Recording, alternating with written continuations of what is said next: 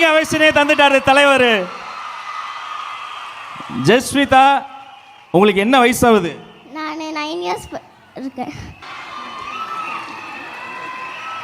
இந்த சின்ன வயதில் பெரிய உயரத்தை தொட்டிருக்கிறார். இவரால் தேசமும் நாடும் நாமும் பொன்னாடை போர்த்தி கௌரவம் செய்கிறார்.